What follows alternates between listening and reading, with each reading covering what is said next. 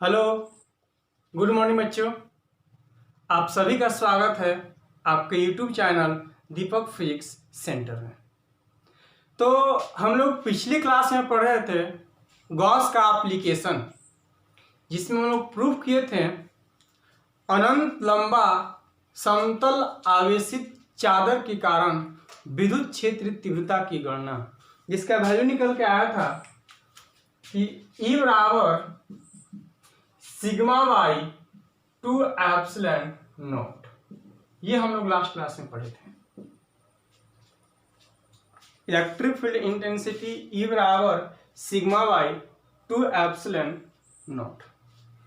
और अगला हम लोग का जो हेडिंग है आज, वो है आपका समतल आवेशित चालक के कारण विद्युत क्षेत्र तीव्रता की गणना, calculation of electric field intensity due to plane charge conductor. जरा इसको समझाते हैं डायग्राम से, ध्यान दीजिए।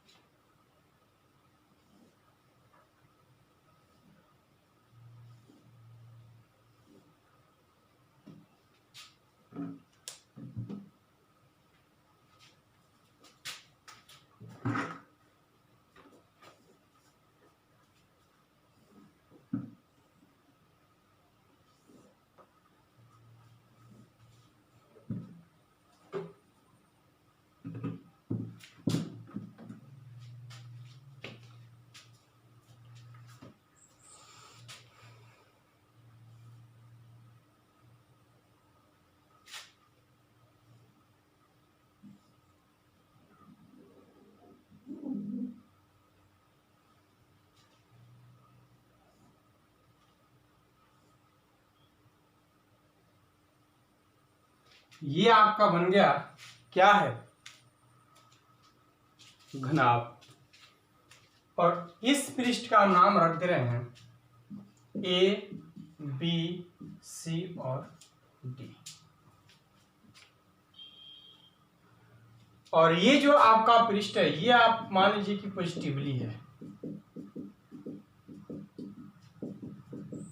और ये जो आपका पृष्ठ है, इस पृष्ठ का जो सरफेस चार्ज डेंसिटी है, उसको आप मान लीजिए सिग्मा। सरफेस चार्ज डेंसिटी आपका क्या है, सिग्मा है। तो इस, जैसा कि आपका हेडिंग है कि समतल आवेशित चालक के कारण, यानी कि ये जो आपका पृष्ठ है ए बी सी डी, इस पृष्ठ से आपको बताना है कि विद्युत क्षेत्र तीव्रता का वैल्यू कितना होगा। तो मान लीजिए कि यहां से r दूरी पर एक पॉइंट को हम मानते हैं P,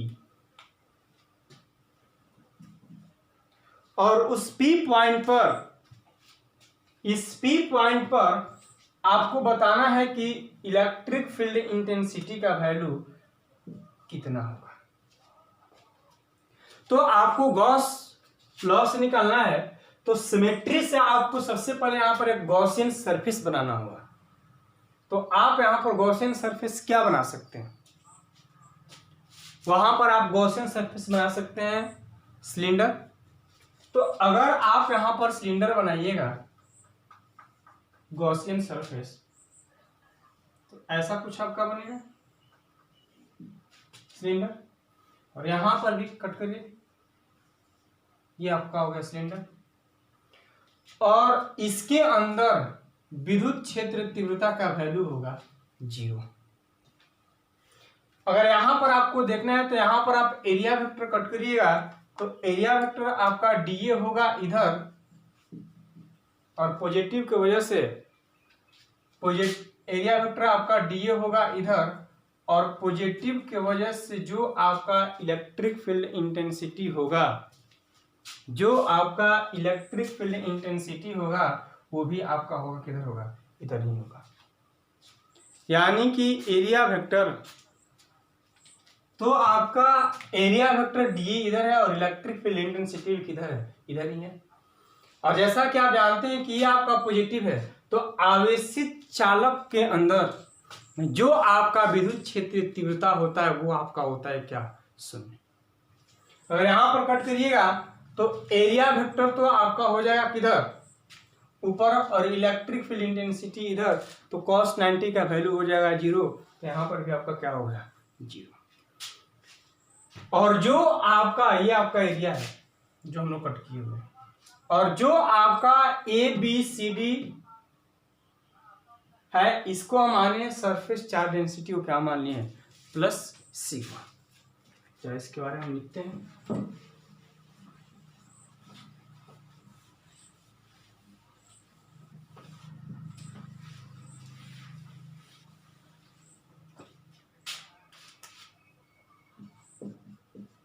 माना कि चालक की आकृति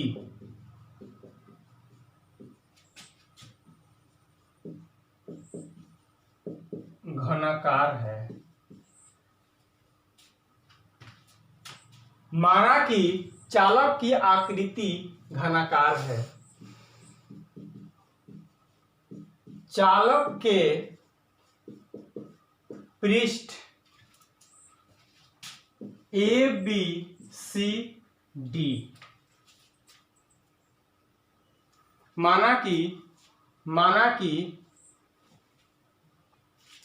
चालक की पृष्ठ ABCD का पृष्ठीय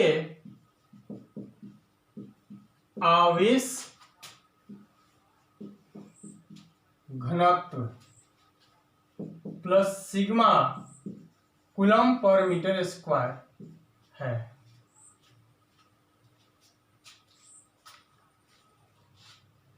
plus sigma coulomb per metre square है। Sigma coulomb per metre square है। चालक के पृष्ठ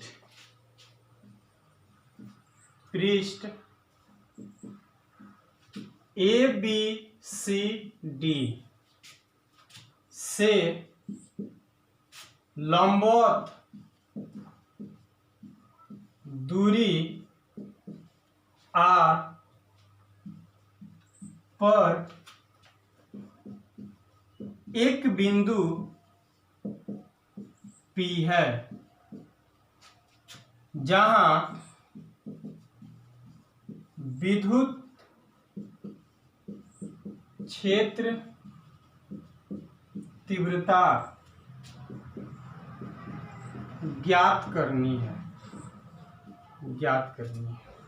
सॉरी भाई, पैराग्राफ चेंज करके बिंदु P पर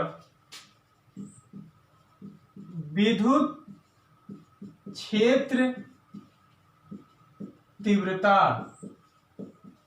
ज्ञात करने के लिए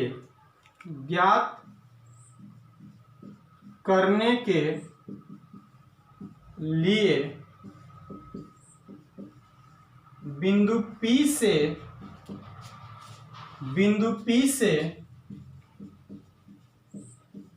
होते हुए एक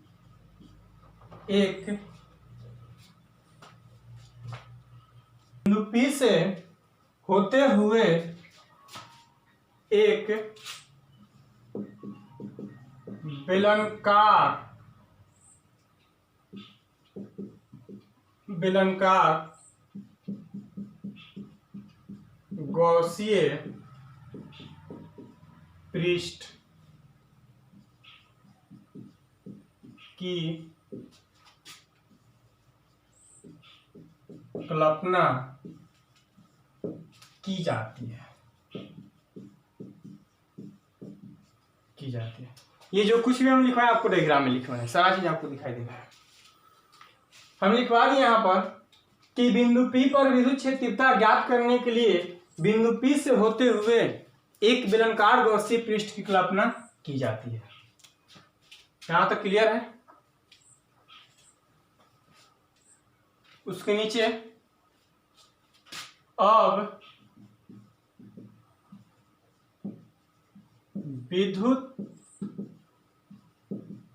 फ्लक्स के परिभाषा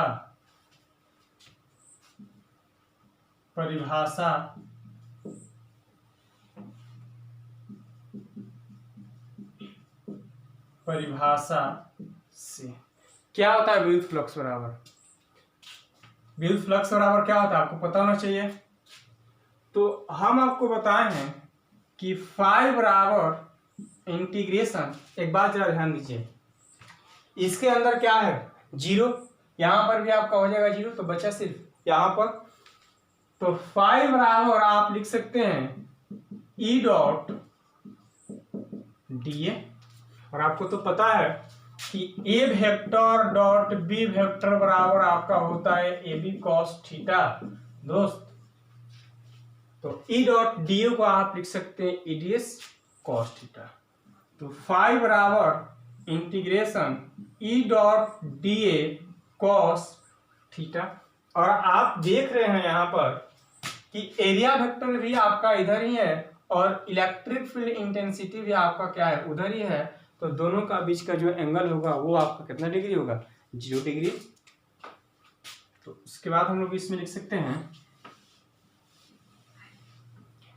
कि फाई बराबर थीटा की जगह पर हम लोग क्या लिखेंगे? 0, और cos 0 का वैल्यू कितना होता है? 1। 1 में किसी भी संख्या से मल्टीप्लाई करें कोई फर्क पड़ने वाला नहीं है। और ई आपका यूनिफॉर्म है तो इसको आप निकाल लीजिए बाहर, तो आपको अंदर में मिल गया क्या? D A.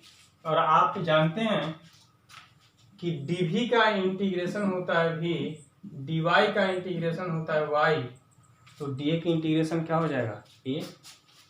तो फाई बराबर ई ए, और इसको आप मान लीजिए इक्वेशन कितना? फर्स्ट। पहला इक्वेशन हम लोग का निकल के आ गया, फाई बराबर ई ए, और उसके नीचे से लिखेंगे तथा गॉस प्रमेय से। बोलिए क्या होता है गॉस प्रमेय? बोलिए आप लोग। तथा गॉस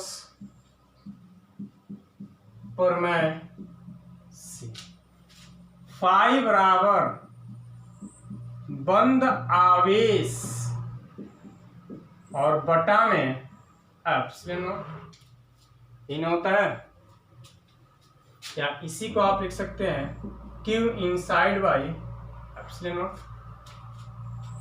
तो फाई बराबर हम आपको बताए होंगे पृष्ठीय आवेश घनत्व बराबर फॉर्मूला होता है कुल आवेश बटा में कुल क्षेत्रफल।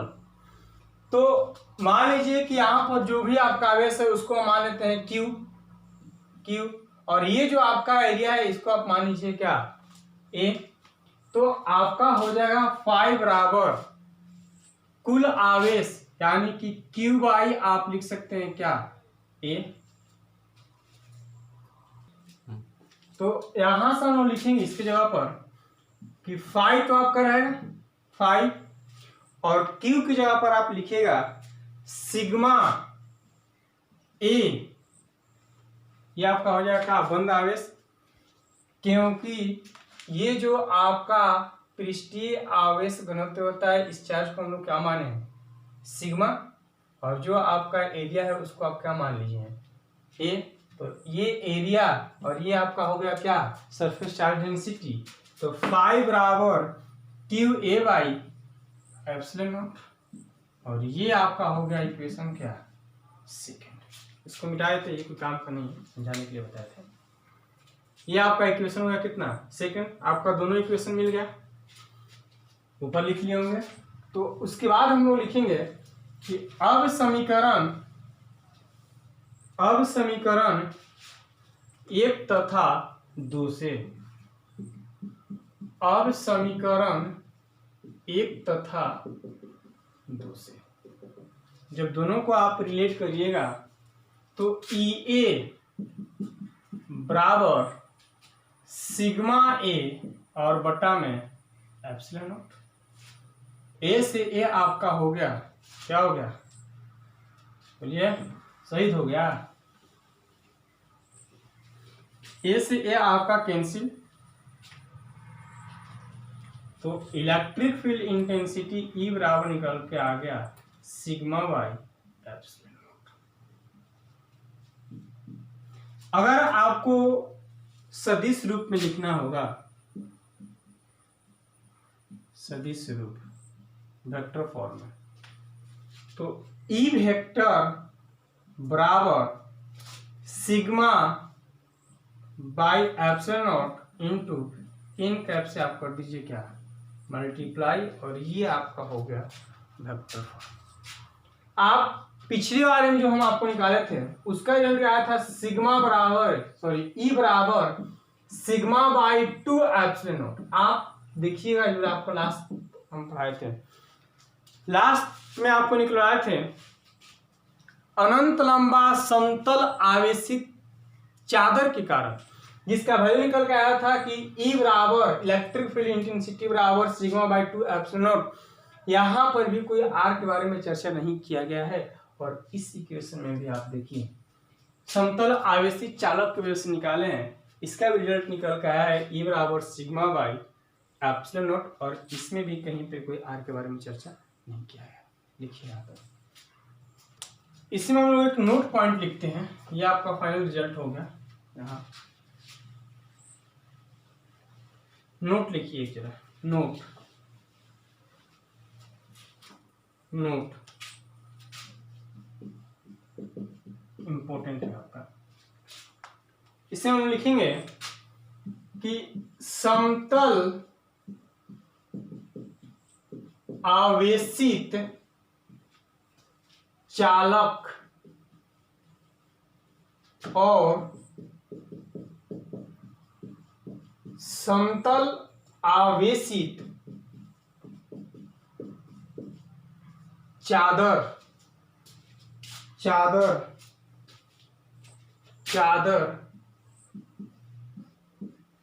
के कारण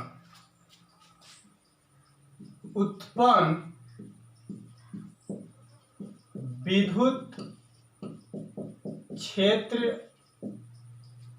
तीव्रता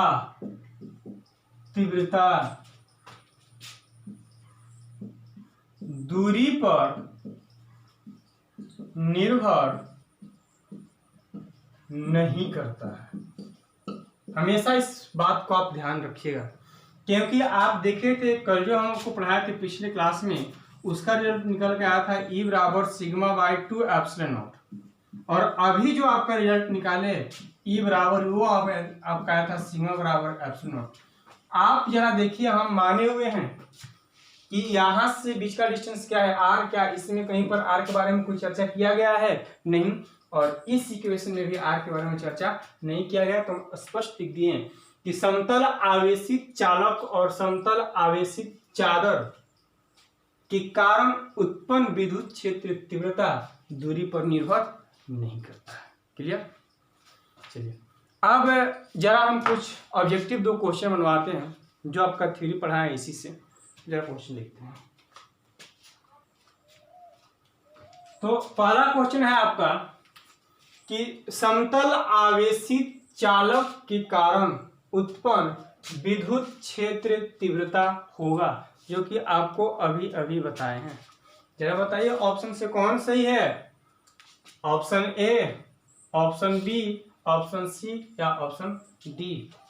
अभी आपका क्या निकाले थे? जस्ट अभी ई बराबर सिग्मा बाई एप्सिलॉन नॉट, ये निकाले हैं जी। तो ऑप्शन कौन सा सही है? Option D. और पिछले क्लास में आपको पढ़ाए थे कि समतल आवेशित चादर के कारण उत्पन्न विद्युत क्षेत्र तीव्रता होगा, इसका फॉर्मूला बताए थे ई बराबर सिग्मा बाई 2 एप्सिलॉन नॉट। बताए हैं दोस्त, तो इसका ऑप्शन कौन सा सही है? ऑप्शन